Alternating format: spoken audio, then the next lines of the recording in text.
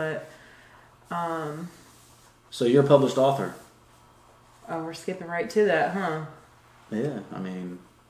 Yeah, so I had that goal. This is the first podcast. Yes. Why people should listen to you? So I've had this goal probably my entire life. From the time my aunt gave me a how to be a writer like journal kit. It basically was like a pre-done book where you would fill in, your story and then have your little pictures.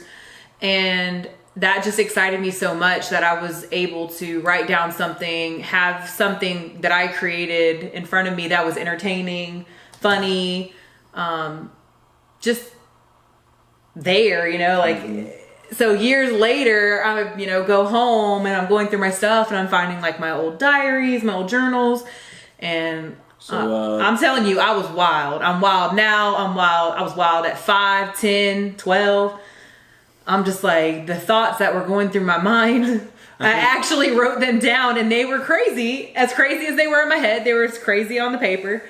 I think the funniest one was you said, Lindsay better mind her beeswax. My sister Lindsay is 15 months younger than me. So we always shared a room, and yeah, she'd be going through my stuff. So I said, mind your beeswax. In your little journal. In my little journal. It's cute. I'll have to show you, or I'll have to put an image in there and show you. How many boys were you trying to get with at that time? I was 8, and I said, all these little boys need to figure out. No, I said, which little boy am I going to date this week? And I had little check marks next to them. It's a hot commodity, but anyways. So still a hot commodity, babe. Thank you. So anyways, I just had that goal and I just never thought I could achieve it. There were so many fears and obstacles in my mind, that I kind of moved away from writing when I went to high school. I did a creative writing class in high school. But I didn't think that I was going to ever make a career out of it. How many authors make it big, whatever. These are all the fears that were in my way. And I was like, oh, I'll be a nurse like my mom. My mom's a PTA. So I was like, maybe I'll be a nurse. Maybe I'll be in the medical field. Like that's where it seems like all these jobs are hiring and that's the up and coming thing, healthcare. But I do not care about people like that. Like no, that is not what it is. You cannot handle blood.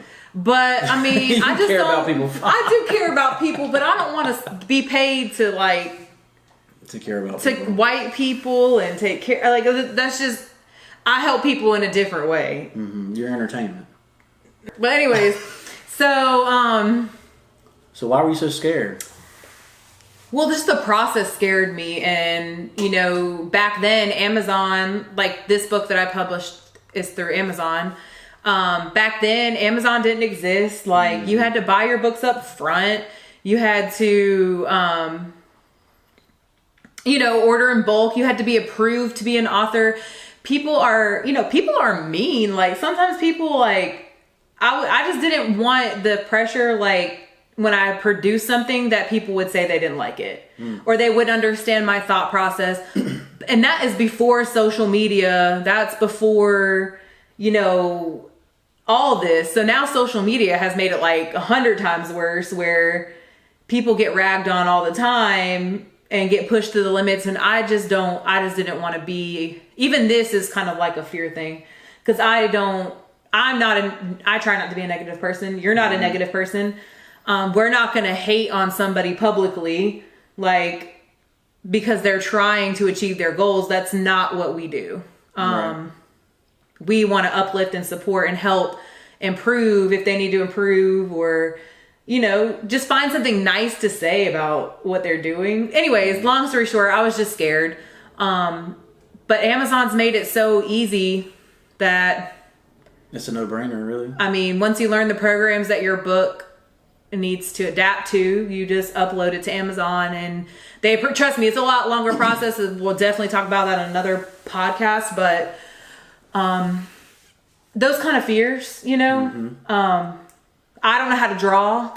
So I never thought I would find an artist that could envision what I like am writing the words I wrote, but you know, networking and I went to school with talented people.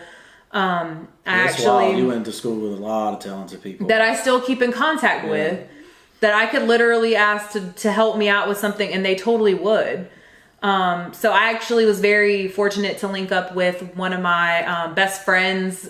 His brother is a very talented artist and super talented, and I just let him run with my words, and he created it, and I was not fearful of that. Like, when I gave him my words, I knew, like, I had faith that he was going to produce something amazing, and he did. Like, he definitely delivered. And that's just another step, I guess, like, of reassurance that this is what I'm supposed to be doing. Right. Supposed to be writing words for people to read.